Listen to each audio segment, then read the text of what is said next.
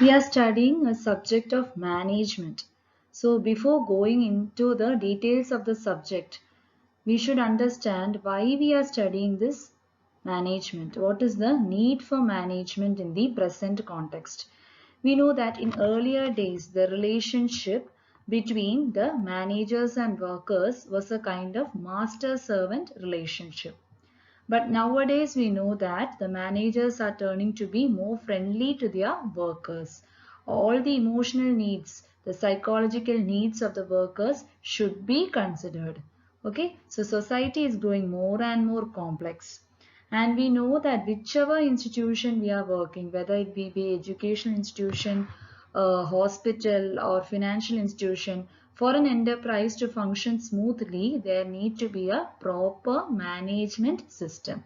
So management is to be treated as a separate discipline. In this slide, you can see two definitions of management. The first definition by Harold Kuhns defines management as the art of getting things done through people in formally organized groups. Now you can see that this relationship is vague in the present context because as a manager, he should perform many functions to get the work done through others. Simply by the workers performing the work alone, we cannot achieve the objectives. So the first definition is a vague one. So comparatively, the second definition by Dalton is more precise one. So you can just go through and study both the definitions of management. We can broadly classify the definition of management into four. First definition is, as Kuhns already stated, art of getting things done through others. This definition is vague in the present context because a manager also should perform so many functions instead of simply giving instruction to the workers to get the things done. Also, the psychological factors of the workers should be considered. Only if they are emotionally satisfied, the workers will be working properly.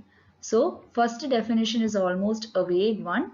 Second definition, management as a continuous process. We are not going to stop this process anywhere. Once we have achieved the objective, again we have to start from the beginning. That is, we have to plan the things from the beginning. So it is not going to stop. It is going to be, the management process is going to be very much continuous by utilizing many resources. That is, material resources, human resources, financial resources. We have to do the management process. So initially there are all these resources, then we need to employ certain managerial function, and along with the workers we have to obtain our final result. Again, it is not going to stop. We have to start planning again. So it is a continuous process. Next, as a teamwork performed by a group of managers. Obviously, in an enterprise, we are not going to have a single manager. There are group of managers starting from the top level, middle level, bottom level. There are certain group of managers who are going to perform the managerial functions. Next, management as a separate discipline or field of study. As already stated in the beginning, management need to be treated separately because the society is growing more and more complex. So more and more developments need to come in the field of management. So we can broadly define the management in four different ways. Next section is dealing with management as an art or science. Whether management is considered as an art or a science. Finally, we will conclude that management is an art as well as a science. We can see the statements which is supporting it. So first, management as a science. Science, we know that we are having a certain set of organized knowledge. It is not going to change. It is very much rigid. Okay, in whichever situation we are, the principles underlying the science is not going to change. And in science we have the cause and effect relationship. And also we have found out everything in science by means of observation, verification, etc. And speaking of science, As I already told, they can be applied in all situations and at all time and at all places. So they are going to represent some basic truth. So scientific principles, they are all developed based on observation or research, and they are all based on logic. Similarly, management principles also, certain management principle you can obtain it based on observation. For example, if you are having an experienced manager, he may be working with a large number of workers for a longer period of time. So by his observation, you could develop some management principles. So this is an example shown. First one, a scientific principle that Earth revolves the Sun has been scientifically proved.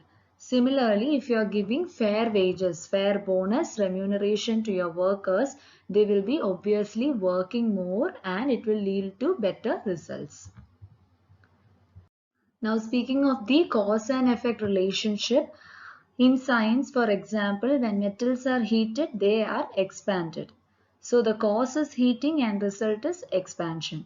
Similarly, we know that if workers are given extra bonus, that is in addition to their normal wages, if they are given some bonus, what happens? They will work more hard.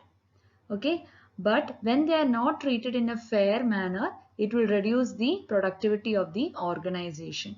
So you can actually relate the management to science. So in case of science, we know that we can have the scientific principles which is being tested. It is going to hold true at all the time. We can also predict the future of such scientific principles. For example, whenever you know that hydrogen and oxygen combine, you are going to get water. Similarly, in case of management, there can be some theories which could be easily predicted. For example, like in the case of unity of command. If you are having two persons, one may be having a single boss and other one may be having more than one boss. Obviously, the performance of the person is better for one single boss, because if he is having more than one boss, what happens is that he may get confused to carry out his work. So, the unity of command principle is such a principle in management which could be easily predicted. In this slide, what is explained is management cannot be treated like a exact science. For example, like physics, chemistry or biology, management cannot be treated like a exact science. It may be called as a soft science. Why? Because it deals with human beings. That is important. It deals with human beings because human beings is going to behave differently in different situations. Also, each individual may behave in different manners. So, we can call it as a behavioral science or soft science, social science, etc. So, management cannot be a exact science. Now we can see the concept of management as an art. So art, we know we require the following qualities: practical knowledge, personal skill, creativity, perfection through practice, and it is goal oriented. So the first feature of art is we require practical knowledge. Simply by having a theoretical knowledge, a manager will be unable to perform in a real situation. So simply by obtaining a degree of management, a manager cannot perform properly. He should be able to apply these principles in real situations. So that defines the capacity of the manager. So practical knowledge is very important in case of management. Other aspect of management as an art is a requirement of personal skill. We know that each and every person, for example, a leader may be having a unique style in his leadership. So that is what is explained in personal skill. Each one has got his own style and approach towards his job. For example, there are several qualified painters, but M.F. Hussain is recognized for his style. Similarly, in the case of managers and leaders also. Another important aspect of management as an art is creativity. That is, if we want to have an efficient manager in our enterprise, a manager should be creative in his own style. So it requires a combination of all those resources, human and non-human resources, in a useful manner to achieve the desired results. So if a manager is creative enough, then only he can utilize all the resources properly for the achievement of all the objectives. Another important aspect of management as an art is perfection through practice. Practice makes a man perfect. So every artist is going to become perfect only by means of many trial and error method.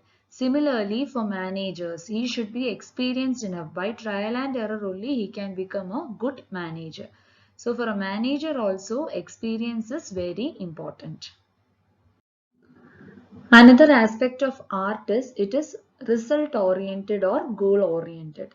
Similarly, for managers also, it should be goal oriented. All the objectives should be oriented towards the achievement of certain goals. So managers have to use various resources like men, material, money, machinery, methods, etc. to help in the growth of an organization. So similarly to the art, the management is also basically result oriented. Now we can conclude our discussion by stating that management is both an art as well as science. It is considered as science because we are having a organized body of knowledge which contains a universal truth. Okay, and we have seen many principles of science can be applied to management also. It is called as an art because managers also require certain skills which an artist should possess. So, when a science is learned, an art is practiced. That is what is written here. Science teaches to know and art teaches to do. A manager, in order to be successful in his profession, he have to have the knowledge of science and art of applying it. For example, if a doctor, as a doctor, if he is simply having the knowledge of the medical science, he cannot be excelled as a doctor. He should be having practical experience. That is, his art of perceiving the disease of a person is important. So, in all the field, okay, the experience is also very much important. So similarly for managers also, he should be having the art of applying the managerial principles. So management, we can conclude, it is both a art as well as a science.